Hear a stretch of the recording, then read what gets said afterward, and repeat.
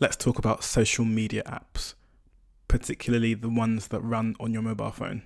Are you the type of person that takes your phone with you to the toilet and ends up spending much more time on it than you otherwise would have had? Or are you the type of person that looks at your phone the first thing in the morning just to scroll through social media, not because you want to, but because you can't stop yourself? You're so used to doing it that it's become a habit. I used to be that person. I used to spend much more time on my phone than I wanted to, and I've come to stop doing that. I've changed my ways, and in this video I want to explain to you how I did it and how you can also do the same. There's this show on Netflix called The Social Dilemma. You've probably heard of it, but after I watched it, it changed my view on social media. It's no surprise that social media companies collect your data and use it to sell you more ads. What was a surprise, and what this documentary explained to me, was that your data and the data of countless others is used to create a supercomputer or an AI that figures you out better and shows you more ads based on that. It knows the best time to show you a certain ad or give you a certain notification so that you can get on your phone and open up these apps. Essentially, this supercomputer or AI is the thing that is causing you to become addicted to your phone. It is feeding you what it knows you want to see at the exact time you want to see it. So I'm going to show you a few things that you can do to kind of fight this computer and break this addiction to your phone. The first and most obvious thing to do is to delete those apps that are causing you to become addicted to your phone. So no matter what it is, if it's Snapchat, TikTok, Instagram, Twitter, or Facebook, just delete it from your phone. And I'm going to have a caveat with this and say, only delete the things that are causing you to become addicted. There are some essential social media apps that you use to kind of communicate with your family, or if you are an influencer, then you need certain apps to be on your phone so that you can make a living. But if you don't need them, then I would highly advise that you get rid of them. If there are apps that come with your phone that you can't delete, then find a way to uninstall them. Now, this doesn't mean you cannot access these sites at all. All phones come with a web browser installed, and if you wanted to, you can open up your browser and go to these sites. But deleting these apps will make it that much harder for you to visit them, and might be that one thing that discourages you from wasting your time on these apps. The next point is, don't allow notifications from websites. So now that you have these apps off your phone, the non-essential ones, there are some apps that will ask you to send you push notifications, and even the essential apps that you have will send you push notifications.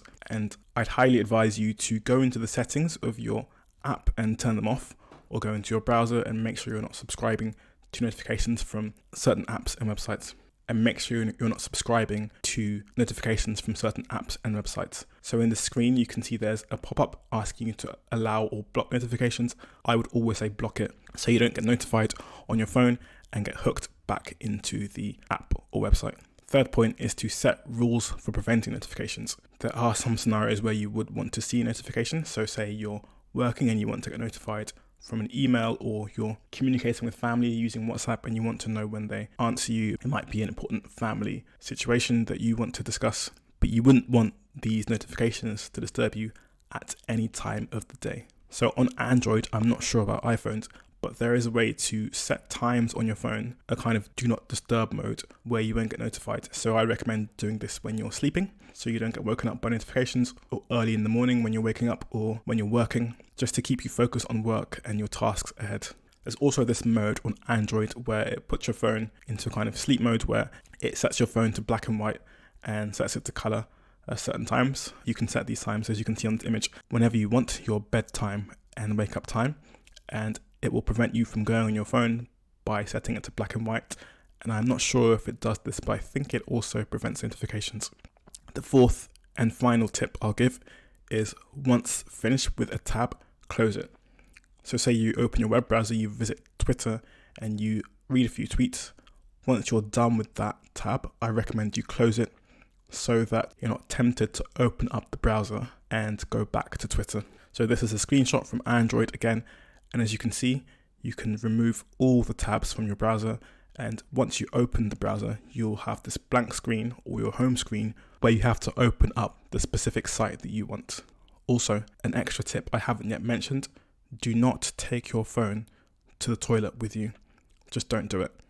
I think it's such a time suck taking your phone with you, and it seems quite innocent going in there just to read a few things, but you'd end up spending a lot more time than you expected to. Now, with all this free time you have from not being on your phone, you might want to engage in a new activity. And if you do want to do that, I'd recommend you check out a book I've written called Crimson Hail and the Secrets of Valor. It's a fun sci-fi book that's easy to read and anyone can pick it up. Okay, now let's recap the 4 points. First one was to delete all social media apps from your phone. Second point, don't allow notifications from websites. Third point, set rules for preventing all notifications at certain times of the day. And the fourth point, once finished with a tab, close it. And that's it. I hope you found this video useful. If you did, as usual, please like and subscribe, and I will see you in the next video.